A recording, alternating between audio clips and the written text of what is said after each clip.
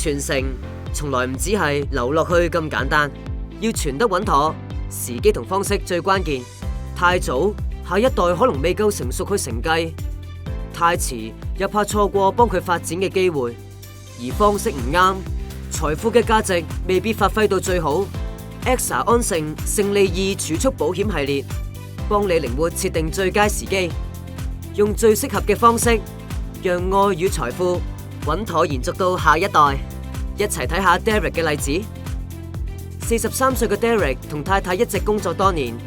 一來希望退休時有穩定嘅積蓄過理想生活，二來得一個3歲嘅女 Alice， 想佢將來生活有保障，所以 Derek 揀咗 AXA 安盛嘅勝利2，一方面累積財富，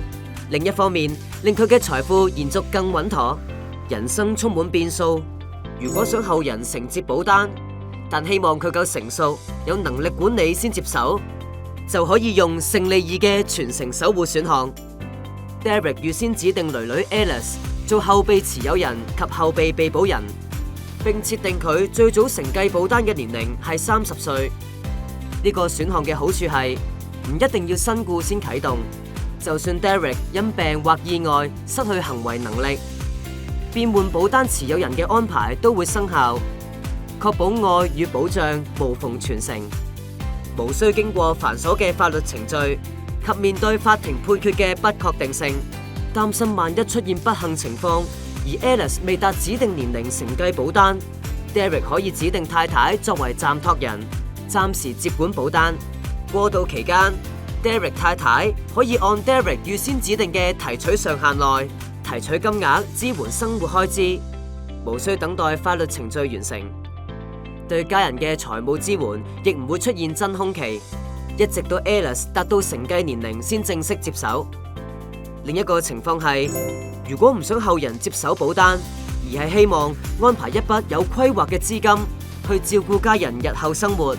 就可以透過身故保險賠償支付選項。Derek 可以預先設定個別家人收取身故賠償嘅方式同最早派發年齡，例如太太即時以一筆過收取賠償，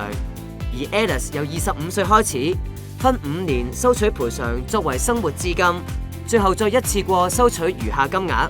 開始派發時間最長可以延後30年，期間未派發嘅金額仲可以賺取利息，持續增值。可以按你家庭嘅情況揀最合適嘅時機同最貼合嘅方式，先可以真正做到無縫傳承。